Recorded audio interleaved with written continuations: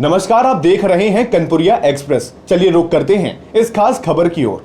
विदेश मंत्री एस जयशंकर ने बुधवार को भारत चीन संबंधों पर कहा कि सीमावर्ती क्षेत्रों में शांति और स्थिरता द्विपक्षीय संबंधों के विकास के लिए अपेक्षित और महत्वपूर्ण है। दोनों पक्ष आने वाले दिनों में इन क्षेत्रों में गतिविधियों के प्रभावी प्रबंधन और तनाव कम करने पर चर्चा करेंगे।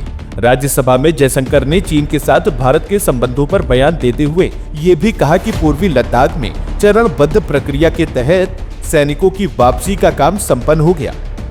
देपसांग और डेमचोक में ये काम पूरी तरह संपन्न होना बाकी है। इससे पहले मंगलवार को उन्होंने लोकसभा में भी ऐसा ही बयान दिया था। जयशंकर ने कहा कि भारत इस बात पर बहुत स्पष्ट है कि सभी परिस्थितियों में 3 प्रमुख सिद्धांतों का पालन किया जाना चाहिए। पहला, दोनों पक्षों को वास्तविक नियंत्रण रेखा का सख्ती से सम्मान करना चाहिए।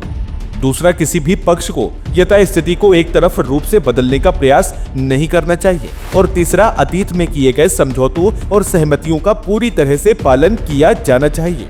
उन्होंने कहा कि हमारे संबंध कई क्षेत्रों में आगे बढ़े हैं, लेकिन हाल ही की घटनाओं से स्पष्ट रूप से रिश्ते नकारात्मक रूप से प्रभावित भी हुए। हमें स्पष्ट है कि सीमावर्ती क्षेत्रों में शांति और सौहार्द बनाए रखना हमारे संबंधों के विकास के लिए एक शर्त है। आने वाले दिनों में हम सीमा क्षेत्रों में अपनी गतिविधियों के प्रभावी प्रबंधन के साथ साथ तनाव कम करने पर भी चर्चा करेंगे।